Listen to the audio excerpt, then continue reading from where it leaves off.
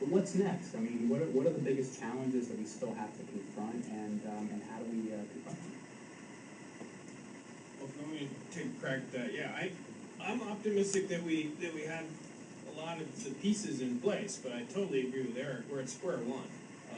There are some enlightened real estate owners, Mr. Rose being among them, several Class A REITs on commercial properties are ahead of the game and understand efficiency and are using it as an economic separator to attract tenants and differentiate themselves from the field. But I think 95% of the space out there is just, it hasn't been addressed yet.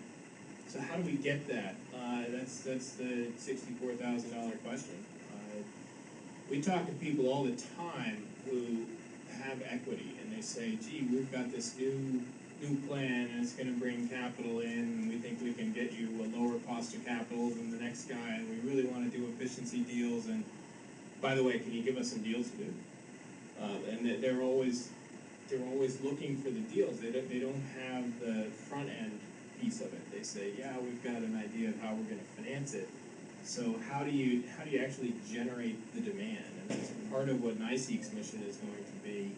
It's not only providing financing products, but information, education, outreach to try to get out into the marketplace and generate the deals.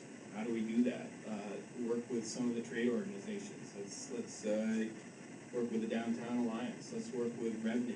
Let's work with the New York City Partnership and get everybody out talking to their member organizations and letting them know what the tools are. I mean, what we're trying to drive at with this tenant project is to increase tenant demand for green office space. And we think if we do that, then owners are going to start paying attention, because it's hard to speak to owners in energy efficiency. It's a language that they're not schooled in. But when you start talking to them in occupancy, they get that. It's a couple points in occupancy, lease up a little bit faster.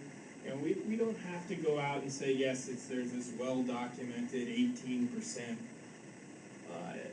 margin of a lead building versus a non-lead building. It's just that at the edges, if you can push your occupancy a couple of points, get leased up faster, maybe get a little higher rent. Once they start seeing that in sustainable design and in efficiency retrofits, then they're going to start doing it. So I think what we have to do is make the business case to them, communicate, use the organizations that we have. A lot of places don't have a revenue. That's the Real Estate Board of New York.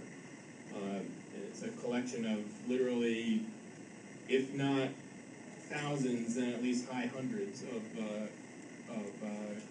property owners. So we have a means to access them, and we're trying to tell them a story that's good for them. We're not trying to tell them to do something that's painful. We got to get them to understand that this is something that they should want to do